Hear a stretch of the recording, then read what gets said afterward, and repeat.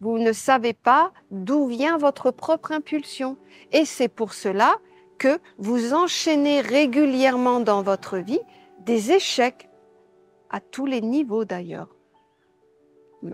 Travail, santé, famille, argent. Voyez? Si tout ce que vous faites dans votre vie, c'est presque toujours cyclique, on s'y met, on travaille, on le fait, et ça ne marche pas. Posez-vous des questions avant de commencer quoi que ce soit. Peut-être allez voir à l'intérieur vos fondements. Avec quoi vous pouvez aller créer ou faire une famille ou aller faire de l'argent.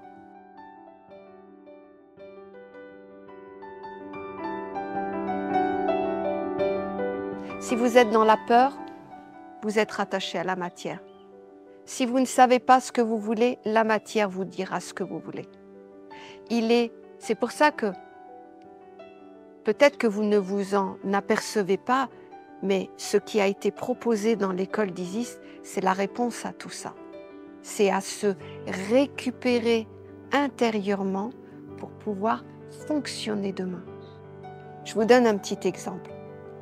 Avant de venir juste là, j'étais en train de parler avec quelqu'un de l'école d'Isis qui me disait « J'ai parcouru là beaucoup d'étapes, mais j'ai encore un truc qui est lié par exemple avec mon père qui était très autoritaire et qu'en fait, il m'a forcé à écrire et le fait qu'il soit là, qu'il me le demande, ça m'a bloqué et toute ma vie, j'ai toujours eu peur de l'autorité et dès que quelqu'un arrive devant moi, je m'écrase. Et ça, j'arrive pas à le passer. Alors elle me disait, cette personne, elle me disait, ce qu'il faut, c'est que j'arrive à affronter la personne devant moi. Je lui dis non. Je lui dis non parce que, en fait, tu trouveras toujours plus fort que toi et surtout si c'est sur un terrain fragilisé. Ce qu'il faut, c'est qu'avant, toi-même, tu profites là de ces situations où de toute façon, tu vas te taire et tu vas te sentir coupable. Il faut juste que maintenant, tu ailles à l'intérieur de toi et que tu regardes la situation en te disant « ça c'est justifié, effectivement, je n'ai pas ça. Mais par contre, là, maintenant je vois que j'ai ça. Ça je veux, ça je ne veux plus. » Et en fait, je lui ai dit, de ces situations, construis-toi ton socle intérieur pour pouvoir demain être assez convaincu de toi-même qu'il y a certaines choses, elles ne peuvent plus passer. Et à ce moment-là, tu seras prêt à faire le pas vers l'extérieur. Mais tant qu'à l'intérieur de toi, tu ne sais pas ce que tu veux, tu ne sais pas ce que tu es, tu ne sais pas ce que tu vaux, tu ne sais pas ce qui est toi, tu n'es pas capable d'aller affronter le monde extérieur. Parce qu'il y aura toujours plus fort, plus intelligent, plus convaincant, plus charismatique que toi. C'est la vie. Et moi d'ailleurs, il y a une règle que j'avais appris depuis très longtemps et que j'enseigne à ceux qui veulent enseigner et que je dis toujours, quand tu veux parler au monde extérieur, à une conférence, à une assemblée, ne dis pas des choses que tu ne sais pas.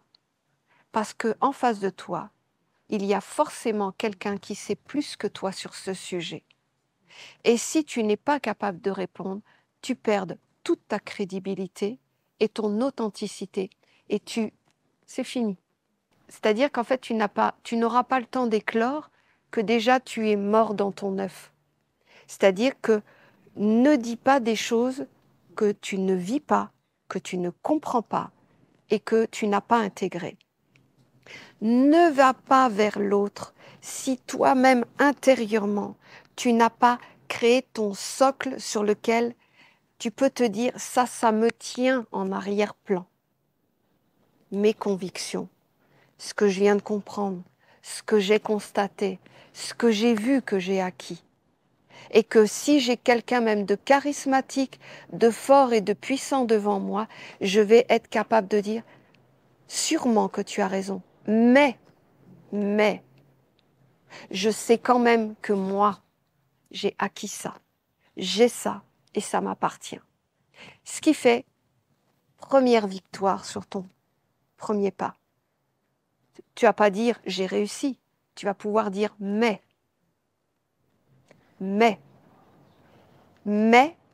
pour toi ce mais, il est une montagne. Ça veut dire, ouais, en fait, je peux, j'ai pu, ça a marché, donc c'est vrai. Ça y est. Vous voyez, c'est comme le premier pas de quelqu'un qui est claustrophobe et qui monte la première fois dans un ascenseur en tenant la main de quelqu'un. Il le fait. Ah, je suis capable. Une deuxième fois, une troisième fois. Je dis ça parce qu'il y a une élève de l'école d'Isis qui était dans ce cas-là. Elle, c'était de monter à une échelle. Et elle m'écrit encore hier en me disant « Ça y est, je l'ai refait toute seule moi-même pour la deuxième fois. Je suis montée en haut toute seule. Au début, j'ai demandé à ce que mon mari soit en bas et que si je panique, il vienne me chercher. » Voyez ? C'est-à-dire que tu dois te préparer intérieurement à tout ce que tu devras affronter dans la vie. Et moi, c'est ce que je dis, le meilleur enseignement qui soit, l'authenticité. C'est tout. L'authenticité. Ne jouez pas au jeu de la vie, on est perdant. Jouez, si vous voulez jouer, peut-être à arranger les choses comme vous voulez les présenter, vous avez le droit, mais que votre socle intérieur soit votre véritable non. Voyez ? Si vous êtes un non uniquement de l'incarnation de la matière, alors vous devez être performant dans la matière, avoir la réponse, vous pouvez jouer au protocole, vous pouvez jouer avec la vie, il n'y a pas de problème. Mais quand il s'agit de vouloir développer un lien subtil avec des valeurs, avec une vie intérieure liée à un monde supérieur, tu n'as pas le choix que d'être sur une terre que tu as éprouvée, constatée, reconnue et nommée. Ça m'appartient, c'est à moi. Je suis ça, ça je ne suis pas ça, je suis ça. Et à partir de là, tu commences à être fonctionnel dans le partage de l'intériorité. Donc je voulais partager un petit peu avec vous ce que c'est tous ces mots qu'on emploie tout le temps. Pourquoi les corps? Pourquoi le nom de la mer? Pourquoi la matière? Pourquoi un nom dans la matière? En fait, tout ça a son sens de loi universelle de la vie. On arrive sur la terre, en fait, on doit avoir un corps de terre, mais pas le corps de terre, voilà, un corps de matière. Ce corps de matière est régi par des lois qui nous actionnent, je vous les ai décrits, posés sur 4 fondamentaux, les 4 sceaux. Comment vous actionnez au quotidien ces sceaux-là? C'est ce qui confirme votre prénom et votre nom de famille. Point. Comment vous actionnez ces 4 sceaux? Est-ce que c'est votre lignée ancestrale de vos ancêtres qui dit que vis-à-vis de l'argent, vous devez penser comme ça? Vis-à-vis de la famille, vous devez fonctionner comme ça? Vous devez aimer absolument la famille, vous devez être en lien tout le temps avec la famille. En fait, vous allez voir même très naturellement des fonctionnements très ancestraux. Vous allez dans les pays d'Afrique, c'est la famille, point barre. Ça ne peut pas exister un homme isolé ou une femme isolée, abandonnée de tous. La famille, c'est la famille. Et même si tu n'es pas du même sang, c'est la famille. Vous allez en Europe, la famille, c'est un concept. C'est un concept traditionnel avec une grand-mère, un grand-père, des parents, des petits-enfants. C'est ça. Mais dans le vécu, ça n'existe plus. C'est de la mémoire, du désir, nos racines qui s'éteignent, on le sent. Mais dans la réalité, ça n'existe quasiment plus. Et pourtant, on est à la même époque. Donc, on voit bien que ce n'est pas des questions d'époque. Vous voyez ce que je veux dire? C'est des questions de valeurs apportées par les territoires et les centres d'intérêt de ces territoires. Et plus ces territoires sont industrialisé avec des commerces internationaux et des valeurs marchandes qui se voilà, eh bien, plus les valeurs qui te rendent libre, parce que quand tu es avec ta famille, tu es libre, tu as tes compétences là, tu as tes conseils là, tu as ton psy ici, tu as tout dans ta famille. Tu n'as pas besoin de consommer à l'extérieur. Quand tu es dans la famille, tu as tout ce que la société t'offre. La tendresse, l'affection, la complicité, le psy, le grand frère ou la maman qui est là pour te conduire. Bref, c'est là. Et plus vous êtes dans des pays industrialisés, et plus la famille est éclatée. La famille, elle est à l'extérieur de vous. On doit faire Noël ensemble. Pour ça, il faut acheter un beau cadeau à sa maman, pour lui montrer qu'on l'aime beaucoup. Mais c'est pas comme ça qu'on aime beaucoup sa maman. C'est en étant là, en étant présent, en étant dans la même maison, dans l'idéal. J'ai mes valeurs de la famille, c'est les miennes. Pour moi, on ne met pas des enfants au monde, alors je vais être un peu direct, on ne met pas des enfants au monde pour ne plus vivre avec eux. C'est comme ça que je conçois les choses. Maintenant, c'est mon point de vue, mais j'ai toujours dit depuis la naissance de mes enfants, je ne mets pas des enfants au monde pour ne pas vivre avec eux. Moi, vivre avec une caméra ou un téléphone, sauf si c'est eux qui imposent ça. Mais moi, je vis avec toute ma famille, toutes les générations, on partage ensemble, on apporte chacun nos valeurs. Un enfant qui arrive est la suite de notre famille et donc c'est nous qui consciemment apportons les valeurs qu'on souhaite apporter à notre descendance. Et il n'est pas question que ce soit un monde extérieur qui prenne ça à ma famille, que j'ai créée moi, par mon vouloir, mon désir d'avoir des enfants et de vivre la famille. Non, moi je ne conçois pas ça. Alors, faut pas se culpabiliser ou se dire ouais c'est une catastrophe. Non, c'est comme ça, c'est comme ça. Mais sachez que c'est ça la vraie vie. La vraie vie, c'est on vit en famille et on doit, si on n'arrive pas dans sa propre famille à régler tous les conflits de l'existence, alors vous n'y arriverez pas avec l'extérieur, ou alors vous y arriverez, mais parce que ce ne sont pas des gens qui font partie de votre vie. Tout simplement. La famille est la construction parfaite de son identité intérieure. Tu as tout dans ta famille. Tu as le travail, tu as la santé, tu as l'argent, tu as donc la famille. Tu as tout dans ta famille. C'est le terrain parfait pour grandir, évoluer. Et qu'est-ce que ça te fait grandir, une famille? Ça te fait revoir tes points de vue, ça te fait être patient, ça te fait être présent. En fait, tu développes excessivement rapidement toutes tes qualités intérieures. Et quand on est isolé, on n'a plus l'occasion d'évoluer, de se comparer, d'avoir de miroirs en face de nous. On est isolé avec nos réflexions permanentes pour savoir si vraiment on réussit, si on est une bonne personne, si on est capable. Ta famille te le montrera si tu tiens la route ou pas. Donc moi, j'ai envie de vous dire, si vraiment vous avez la possibilité de le faire, faites tout pour garder votre famille avec vous. Et ça fait partie des devoirs des parents, de pouvoir offrir ce choix aux enfants. Soit tu restes avec nous, ou soit effectivement tu veux faire une expérience dans le monde, puis au bout d'un moment je sais que tu reviendras, il n'y a pas de problème. Mais, vous voyez, il faut justement, ça fait partie aussi de notre vie et de ce qu'on a voulu à un moment donné. Une famille, eh bien la famille c'est jusqu'à la fin de sa vie. Voyez, c'est pas après. Bien sûr que, bon, je ne vais pas aborder le sujet, ce serait trop long, mais bon, c'était une petite parenthèse pour dire que finalement, en conclusion, vous avez 3 naissances dans votre vie.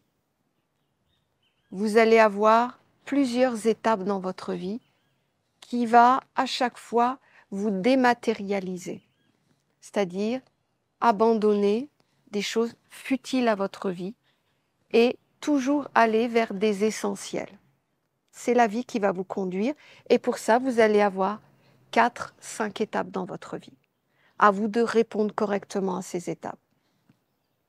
Rappelez-vous que au quotidien, tous les jours, vous enfantez pour d'autres. Vous enfantez pour des pensées, pour des influences, pour quelqu'un qui t'a dit quelque chose. À partir du moment où ça entre en toi, le système de digestion se fait et ça va sortir. Mais quoi? À vous de voir comment à l'intérieur vous êtes structuré. Est-ce que vous êtes enseigné par le verre plein ou enseigné par le verre vide? Et donc, c'est le résultat que ça va donner, avec tous les petits détails qui sont associés. Mais principalement, si tout est compliqué dans votre vie, si on doit toujours recommencer, si c'est la confusion, si vous n'arrivez pas à vous faire comprendre, si vous n'arrivez pas à faire partager les idées, c'est qu'en fait, vous-même, à l'intérieur, c'est la pagaille. Parce que vous n'avez pas fait encore ce programme intérieur où vous avez des bases fixes. Vous savez ce que vous êtes là, vous savez ce que vous êtes là, vous savez ce que vous êtes là, et vous savez ce que vous êtes là. Au moins sur les 4 sauts. Juste ça. Et après, quand on sait ce qu'on est, eh bien, toutes les informations qui vont arriver vont être digérées par rapport à ce que vous savez, et donc vous allez pouvoir consciemment enfanter, ou alors, vous ne savez pas, et dans ces cas-là, c'est à votre insu, en fonction de votre tempérament général, peut-être le verre vide, peut-être le verre plein, peut-être matérialiste, peut-être trop spiritualiste, vous voyez l'ambiance générale de votre être, et ça va enfanter ça. Donc, qu'est-ce qui se passe? Plus tu enfantes la lumière, plus la lumière apparaît. Plus tu enfantes la noirceur, plus la noirceur apparaît. C'est un processus d'enchaînement naturel. Tu ne peux pas enfanter de la noirceur et faire apparaître de la lumière. Ce n'est pas les mêmes lois, ce n'est pas les mêmes mondes, ce n'est pas les mêmes centres d'intérêt, ce n'est même pas des mondes qui s'entrecroisent. Il y a une limite, noirceur, lumière, c'est tout. Donc soit tu enfantes par là, soit tu enfantes là. Des fois, c'est un mélange des deux. C'est pour ça que c'est le chaos dans votre vie. Parce que c'est pas clair. Vous ne savez pas d'où vient votre propre impulsion. Et c'est pour cela que vous enchaînez régulièrement dans votre vie des échecs, à tous les niveaux d'ailleurs. Travail, santé, famille, argent. Voyez? Si tout ce que vous faites dans votre vie, c'est presque toujours cyclique, on s'y met, on travaille, on le fait, et ça ne marche pas. Posez-vous des questions avant de commencer quoi que ce soit. Peut-être allez voir à l'intérieur vos fondements, avec quoi vous pouvez aller créer ou faire une famille ou aller faire de l'argent. Regardez en vous si vous êtes capable. Si par exemple, si vous prenez le saut de l'argent aux États-Unis, l'argent, c'est super génial de parler d'argent. Vous allez en France, tu n'oses même pas ouvrir un peu la bouche, c'est tout de suite, tout de suite. C'est terrible, parce qu'en fait, c'est vraiment qu'un concept.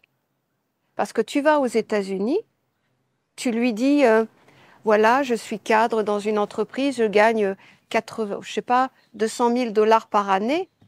Génial! Oh, c'est super! Tiens, ma carte de visite, on va aller manger ensemble. Je vais te présenter mes amis qui eux aussi sont dans ce business-là. Et en fait, tu vois, pourquoi les États-Unis, c'est un pays riche? Eh bien, parce qu'ils ont l'attitude intérieure de richesse. Ils partagent, ils sont heureux. Ils ouvrent les portes. Plus tu réussis, on t'ouvre les portes de la richesse. On ne te jalouse pas aux États-Unis. On ne dit pas, oh, regarde, il ose se payer une voiture polluante, l'indice carbone, machin, sa femme a s'est acheté des bijoux. Le français de base, c'est on doit se planquer. On doit jamais dire, moi je rigolais, ça c'est une petite parenthèse, parce qu'à un moment donné, je m'occupais de faire des propositions de construction de maisons. Je généralise un peu avec les Français, mais plutôt l'Europe. On va dire ça comme ça. Ils arrivent, ah, je veux une maison comme ça, comme ça. Mais alors, je n'ai que ça comme argent. Je n'ai pas de centimes, je vais tout mettre dedans. Donc, on fait les plans, les machins. Donc, OK pour ça. Ouais, mais en fait, j'aimerais quand même une cuisine encastrée. Ah, mais il faut rajouter peut-être 2000 $. Bon, OK, alors on rajoute 2000 $. Et puis, en fait, je voudrais une cheminée là, finalement. On va rajouter... et à la fin, la facture, elle monte là. Et tu t'aperçois qu'en fait, ils n'ont pas de problème d'argent. Mais c'est vraiment l'attitude générale où, dès que tu dis le mot argent, tout de suite, c'est... Vous voyez, c'est grave. Mais c'est ce que le monde nous dit. On nous exploite. Les médias, ils font en sorte que vous soyez dégoûtés des gens qui sont au pouvoir, qui s'en mettent plein la poche, qui vous rendent esclaves. Je ne dis pas que c'est faux ou que c'est vrai, je ne rentre pas là-dedans. Mais n'empêche que c'est alimenté, alimenté, alimenté, au point qu'aujourd'hui, moi je le vois parce que je parle avec un peu des personnes qui organisent des trucs en France, mais en France, c'est un truc, c'est tellement compliqué. Tu parles d'un euro, c'est compliqué. Tu vas au Canada, tu n'as pas de problème. Ah, c'est comme ça, ok. Tu arrives pour payer, ah ok, je dois ça. Mais jamais aucune question. C'est normal. Le travail, c'est de l'argent. Et l'argent, c'est ce qui te fait vivre. Et si tu vis dans le luxe, on est content pour toi. Vous voyez la différence? En France, c'est tu n'as pas le droit d'être heureux, tu n'as pas le droit d'être riche, tu n'as pas le droit d'être libre, tu n'as pas le droit de montrer que tu as une vie différente de nous. Et en fait, il y a ce côté où toujours, tout est très compliqué. Voyez-vous, en Europe, le saut de l'argent, c'est compliqué. Allez dessus, vous, échangez ça. Eh bien, vous allez le faire. Pour vous, au moins, pour vous. Peut-être pas pour le pays, mais vous allez le faire pour vous. Parce que il faut savoir que ce n'est pas vous qui pensez comme ça. Ce n'est pas vous. C'est ce qu'on vous a obligé de penser. Et si vous oubliez, vous vous dites « Ah, mais si j'étais aux États-Unis et que là, je me posais sur le seau de l'argent, eh bien, en fait, si je jouais le jeu de la pensée collective, eh bien, en fait, j'ouvrirais tout et j'assumerais ma vie et je serais dans la communication, dans la réalisation de mes projets. En fait, j'aurais une attitude ouverte et de partage. Et vous verrez que vous serez la même personne, avec la même vie intérieure, mais que le sceau de l'argent n'agira pas de la même manière en fonction de comment vous vous posez dessus. Si vous vous confortez toujours à ça et à l'ambiance de ça qui va vous pousser à penser comme ça, eh bien vous resterez, quoi qu'il arrive, même si vous vous élevez intérieur, dès que vous irez dans la matière pour incarner, vous n'y arriverez pas. Parce qu'en fait, vous serez confronté à l'attitude globale et si vous l'adoptez, vous ne transformerez pas les choses. Vous voyez?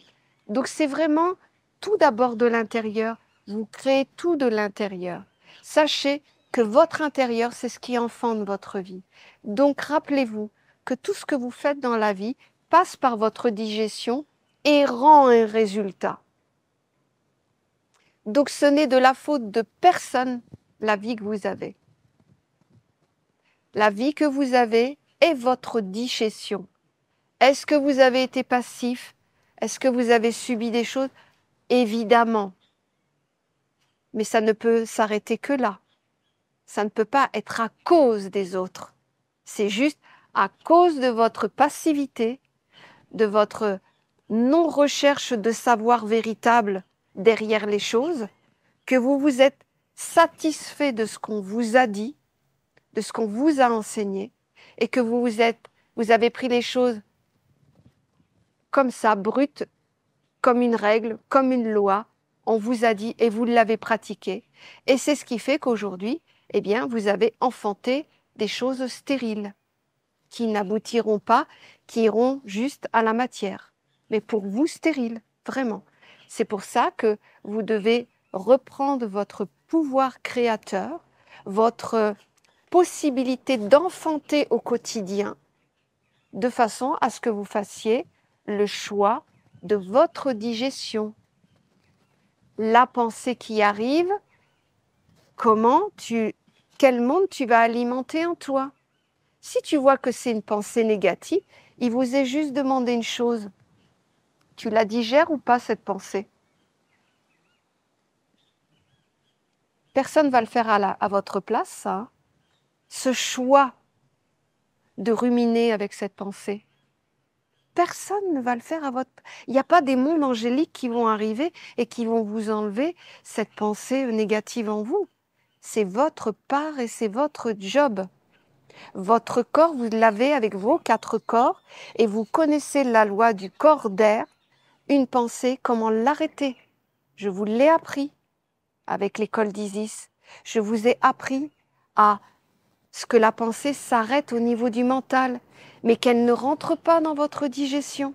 Je vous l'ai appris. C'est une loi que vous devez appliquer dans votre vie pour pouvoir être le garant de votre vie intérieure. C'est des lois qui doivent rentrer dans votre inconscient, c'est-à-dire une façon de fonctionner naturelle. Donc, quand la pensée, elle arrive et qu'en fait, elle te suscite des mauvaises pensées, des mauvais yeux, voyez, c'est parce qu'en fait, vous avez dit OK à la digestion. Et vous savez, ce qui va en sortir, une confirmation de vos choses négatives. Que ça. Vous avez donné à manger à vos mondes négatifs. Et ça, c'est vraiment difficile à faire dans notre vie parce que c'est une reprise en main d'une vie complètement abandonnée à un système. Donc bien sûr que c'est dur au départ de récupérer tout ça. C'est comme quand quelqu'un a fait plein de bêtises dans une entreprise et que tu dois remettre de l'ordre là-dedans. C'est compliqué parce qu'en fait tu dois repasser au-dessus des autres. Ah ouais, mais pourquoi tu fais ça? Ben, t'as pas envie de casser l'autre en disant bah il a fait n'importe quoi. En réalité, c'était juste ça. Et vous voyez, ben, votre vie, c'est ça, votre gestion. Vous devez, eh ben oui, ma première naissance a fait un peu n'importe quoi. Moi, un tel, j'ai fait un peu n'importe quoi. J'ai accepté plein de choses. J'ai offert des parties de mes corps intérieurs. Je les ai mis en capitalisation ici. Voyez? Et donc, ce qu'il faut faire, c'est maintenant, c'est une période difficile d'1 année, de 2 années, mais un vrai cycle, c'est 7 ans pour que ce soit vraiment terminé. Mais 7 ans, c'est rien. C'est rien dans une vie. Si vraiment tu le fais et qu'au bout de 7 ans, tu es en possibilité de créer la vie que tu as envie, que tes pensées deviennent instantanées, que tes sentiments nourrissent tes projets, que tes choix soient les tiens et qu'en fait, tu aies géré toute ta vie à l'extérieur. C'est rien 7 ans, mais il faut le faire. Ok? Voilà. Donc, je voulais partager un petit peu avec vous et puis vous amener vers le côté conscient que vous êtes la manne de l'humanité et avant tout la manne de votre vie et de votre incarnation et que tout se fait de vous et pas des autres et pas des situations. Les situations, comme je viens de vous l'expliquer, sont des influences très fortes, comme je viens de vous l'expliquer sur le sceau de l'argent, comme on peut voir, c'est des influences très fortes, mais en réalité, vous pouvez être plus fort que ça. Il suffit de faire ce que je vous ai dit, de construire votre socle, vous, vos croyances, ce que vous avez, et après vous allez pouvoir affronter la grosse vague. Et vous allez pouvoir bénéficier du premier « oui, mais ». Et après, ben non, je suis pas d'accord. Et puis après, ben non, c'est non. Et après, non, je te veux pas dans ma vie. Voyez? C'est des étapes. Mais tout vient de vous. C'est tellement important que vous le compreniez. Voilà. J'avais envie de partager ça aujourd'hui avec vous et de vous amener vers devenir des êtres conscients avec un vrai savoir, avec une vraie vision de la vie et savoir regarder au-dessus finalement les choses plutôt que dans la matière, eh bien permet de voir à quel point en fait nous sommes l'essentiel et que c'est à nous de savoir ce qu'on fait de cet essentiel en nous.